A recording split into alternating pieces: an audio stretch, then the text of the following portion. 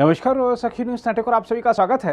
BJP ने आरोप लगाया है कि पूर्व उपराष्ट्रपति हामिद अंसारी ने एक ऐसे पाकिस्तानी पत्रकार को भारत आमंत्रित किया था जिसने आईएसआई के लिए जासूसी करने का दावा किया है। वहीं अंसारी ने इस आरोप को झूठ का पुलिंदा बताते हुए खारिज कर दिया है और कहा है कि उन्होंने इस पत्रकार से कभी मुलाकात नहीं की तथा न ही उसे कभी आमंत्रित किया।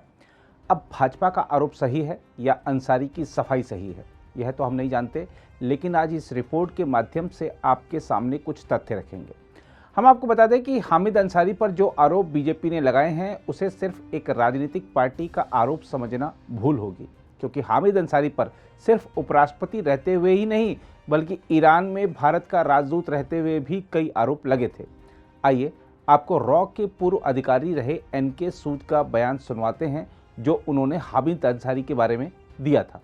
जिस टाइम पे ओबामा यहाँ पे आए थे, किस तरीके से हमीद अंसारी उसमें इंडिया के फ्लैग को सैल्यूट करना भूल गए। 26 जनवरी 2015 की बात है। फिर अगस्त 2017 में जब हमीद अंसारी रिटायर हुए तो किस टाइप पे उन्होंने इंडिया को क्रिटिसाइज किया राज्यसभा के अंदर, और उस टाइम पे पीएम मोदी ने किस तरीके से उनकी क्लास ली। जिस तरीके से एक हमीद अंसारी डिससेटिस्फाइड आदमी हैं, इतनी सब कुछ लेने के बाद अब हम बात करेंगे हमीद अंसारी का जो ईरान के अंदर उनका एक टाइम था। हमीद अंसारी ईरान में पोस्ट हुए as Indian ambassador to Tehran. वहाँ पे ये आए दिसंबर 1990 में और इनका टेन्योर वहाँ चला मिड 1993 तक। ये सीधी इनकी पोस्टिंग थी अफगानिस्तान से ईरान की। अफगानिस्तान के भी अंदर इनकी कुछ कंट्रोवर्सी थी और ईरान पे आने के बाद मैं भी वहाँ पे था, क्योंकि मेरी ईरान के अंदर जो पोस्टिंग थी वो थी फरवरी 1991 से लेके एंड 1993। तो मैंने इनका सारा टाइम देखा वहाँ पे किस टाइप का एटीट्यूड था। इनके टाइम में वहाँ पे 4 इंडियन डिप्लोमेट्स या ऑफिसर्स उनको किडनैप कर लिया गया जो इंडियन एम्बेसी में काम कर रहे थे।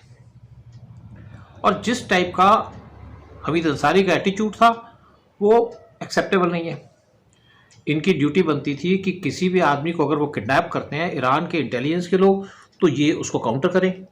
इनको चाहिए था वहाँ पे हैवी तरीके से प्रोटेस्ट करते,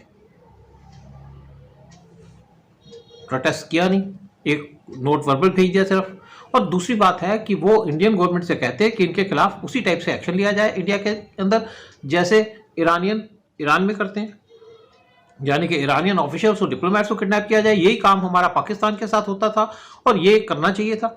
साथ में अगर आपको लगता है कि किसी ने वहाँ पे आपके गलत काम किया है तो आपको ईरानियन गवर्नमेंट ने बताएगी। आप देखेंगे इन्होंने जितने भी लोग थे उनके खिलाफ उल्टे सीधे चार्ज लगा करके उनको भेज दिया। और नेचुरली बात है इनका पूरा टाइप था दिल्ली के अंदर, एमईए के अंदर सीनियर पोजीशन में थे, इनके साथ बड़े से कुलीग भी थे जो इनको क्वेश्चन भी नहीं करेंगे। तो इनके बारे में जिस तरीके से इनका एटीट्यूड था, मैं सोचता हूँ कि इन्होंने सीरियस डेरिलेक्शन ऑफ ड्यूटी की। इन्होंने इंडिया के इंटरेस्ट को इग्नोर किया। इन्होंने वहाँ पे जो स्टाफ थे या उनकी फैमिली थी उनकी लाइफ को रिस्क में डाला और इन्होंने जो काम करना चाहिए था वो नहीं किया। हम आपको बता दें कि बीजेपी ने आरोप लगाया है कि पाकिस्तानी पत्रकार नुसरत मिर्जा ने दावा किया है कि हामिद अंसारी ने उसके साथ कई संवेदनशील और अत्यंत गोपनीय जानकारियां साझा की। बीजेपी का आरोप है कि पाकिस्तानी पत्रकार नुसरत मिर्जा आईएसआई का एजेंट है। बीजेपी के आरोप के बारे में तो हमें कुछ नहीं कहना है, लेकिन हम आपको इस पाकिस्तानी पत्रकार की भारत के प्रति नफरत दिखाते हैं। आइए आपको दिखाते हैं कि कैसे यह पाकिस्तानी पत्रकार भारतीय मुसलमानों को भड़का रहा है। और उसमें अब जब वो मुजाहरे शुरू हुए हैं तो अब उनके जो बहुत सारे जहाँ यूपी के अंदर जो उनके घरों को मैंने तोड़ फोड़ की जा रही है और जुल्म किया जा रहा है और जवाब बना रहे कि गैर कानूनी तामीरात है और जो कुछ भी होता है बहाना बनाया हो, क्योंकि वो एक साधु को बना दिया है जी। तो बहरहाल अब मुसलमानों को फैसला करना पड़ेगा कि वो शकील जैसे आदमी वहाँ मौजूद हैं और वो बड़े बहादुर लोग हैं, उन्होंने पहले भी बड़ी लड़ाइयाँ लड़ी हैं। तो कई शकील हैं वहाँ पर, वो जो मैं मिला उनसे, मैंने उनका इंटरव्यू भी किया है। मैंने वहाँ के जो बिहार का शकील है वो भी एडवोकेट है, अब पता नहीं हयात है या नहीं है। मुसलमानों को अपने आप को किरदार को मनवाना पड़ेगा। मुसलमान बज़ाहिर आपको गैर मुनज़्ज़म नज़र आ रहा है, लेकिन इनके खून के अंदर इस्लाम मौजूद है, जिहाद मौजूद है। ये आपसे लड़ेंगे पर तादाद भी 25 करोड़ है, जो आपकी एक किस्म की 1/4 तो है ना। जी हाँ, बिल्कुल ठीक है जी। यही नहीं, नुसरत मिर्जा आरएसएस और भारत सरकार की अग्निपथ योजना के बारे में भी झूठ फैला रहा है कि अमेरिका जो भारत ने जब ये आरएसएस बनाई थी, जिसे राष्ट्रीय सेविंग संघ कहलाया जाता है, यानी तो इसमें उन्होंने ये उस वक्त बनी थी जब नाज़ीज़्म ज़ोरों पे था, 1925 की बात है। तो उन्होंने ये कहा था कि सिर्फ हिंदुस्तान जो है हिंदुओं का है, और ये वाजपेयी साहब का ये जब गिरफ्तारी उनकी हुई 1942 में, तो उन्होंने लिख के दे दिया था कि मेरा कोई ताल्लुक़ नहीं है इस आज़ादी की तहरीक से जी। और इस तरह से ये लोग जो है वो अपना ये काम कर रहे हैं। तो अब इन्होंने ये सोचा है कि अगर एक अग्निपथ, यानी इन्होंने एक मंसूबा बनाया है जिसका मतलब है कि आग का जो है रास्ता, या अब इसको मैं पार्टी कहता हूँ, आग की पार्टी। इनका अग्नि जो है वो बहुत, यानी इनका ये है कि सब अग्नि के ज़रिए से तबाह किया जा सकता है मुसलमानों को, यानी आग के ज़रिए तबाह किया जा सकता है।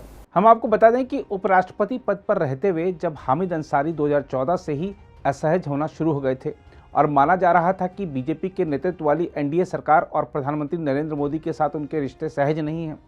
प्रधानमंत्री मोदी को तत्कालीन राष्ट्रपति प्रणब मुखर्जी का पूरा सहयोग मिल रहा था और कई मौक़ों पर प्रणब मुखर्जी प्रधानमंत्री के तौर पर मोदी की तारीफ कर चुके थे, तो वहीं हामिद अंसारी असहयोगात्मक रवैया रखते थे।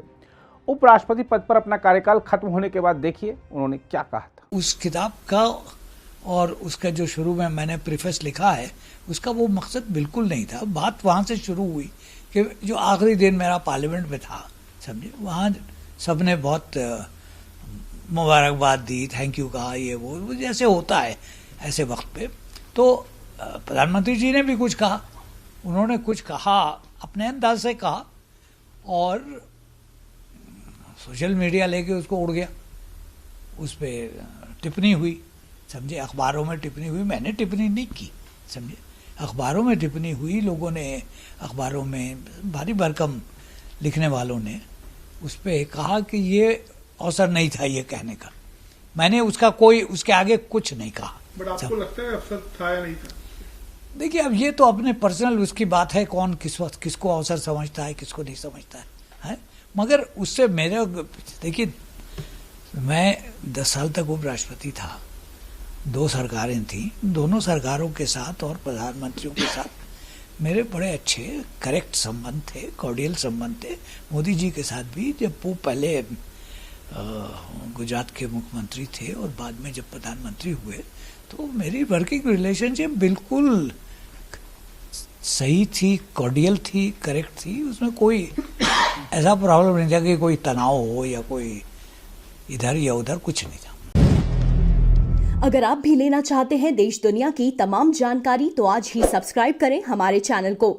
साथ ही नीचे दिए बेल आइकन को जरूर दबाएं ताकि हर अपडेट आप तक पहुंच सके।